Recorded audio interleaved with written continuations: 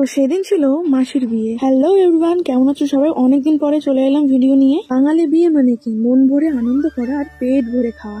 আগে আনন্দটা করে নি, তারপরে না হয় খাওয়ার দিকে গেলে হবে। মাসিকে কিন্তু অনেক সুন্দর লাগছিল, তোমাদের কেমন লাগছে অবশ্যই কিন্তু বলো। তারপরে আমাকে কিছু ছবি তুলে দিচ্ছিল ক্যামেরাম্যান, কিন্তু আমি তো বুঝতেই পারছিলাম না যে আমি কিভাবে দাঁড়িয়ে ছবিগুলো তুলবো। আর তারপরে চলে এলাম পকোড়ার স্টলের এখানে এসে দেখছি তো ভীষণ ভিড়। আর আমার বোন ছিল লাইনে, সে আমাকে একটি পাতা দিয়ে দিল আর আমি দাঁড়িয়ে দাঁড়িয়ে সেটাও খেতে শুরু করে দিলাম। আর এত মানুষজনের ভিতরে কিন্তু ভিডিও করা খুবই টাফ। অনেকে তাকায় যে কি করছে এরা, পাগলামি। তো যাই হোক, এটা হচ্ছে আমার একটা বোন, তো ও আমাকে কিন্তু ভিডিও করতে অনেক হেল্প করছিল।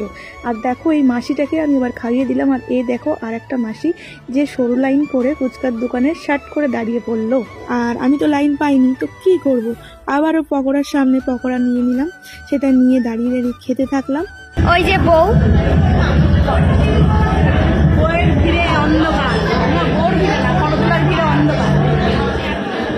খুব সুন্দর লাগছে তোমাকে। Thank you. ফুচকা খায়নি, দেখ এখন খাচ্ছে। তারপরে ফুচকা টুচকা খেয়ে বসে থেকে কি করব, আমাকে একটা কফি এনে দিল। আর আমি তো বসে বসেই দেখছিলাম চারিদিকে, কারণ এত ভিড়। আর ভিড় যেমন তেমন এত গরম পড়েছিল সেদিনকে, একদমই বলার মতো না। আর তারপরে চলে আসলো আমাদের বর মশাই গুটি গুটি পাই তাদের সৈন্যবাহিনীকে নিয়ে। সৈন্যবাহিনী বললাম তার কারণ আমাদের জামাই একজন দেশ রক্ষক বীর পুরুষ সৈনিক। তারপরে চলে আসলাম পেট পুজো করতে। খাবারগুলো ছিল এগ ডেভিল, রাধাবল্লভী, ডাল, মাছের ঝোল, স্যালাড, ফ্রাইড রাইস, চিকেন কষা। আর এগুলোই খেতে আমি হাঁপিয়ে গেছি। লাস্টে ছিল চাটনি, পাঁপড় আর মিষ্টি, আর ছিল আইসক্রিম। আর সেই আইসক্রিমটি নিয়ে আমি চলে এলাম হাঁটতে হাঁটতে নিচে, মানে মণ্ডপের দিকে। আর চলে এসে দেখলাম বরমশাই বসে পড়েছে, আর এদিকে জামাই বরণ দিচ্ছে। যেহেতু বাবা ওখানে ছিল না, তাই মায় নিল ওই বরণটা।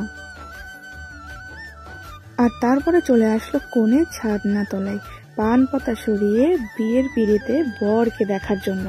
দীর্ঘ 6 বছরের অপেক্ষার এক সুন্দর পরিণতি।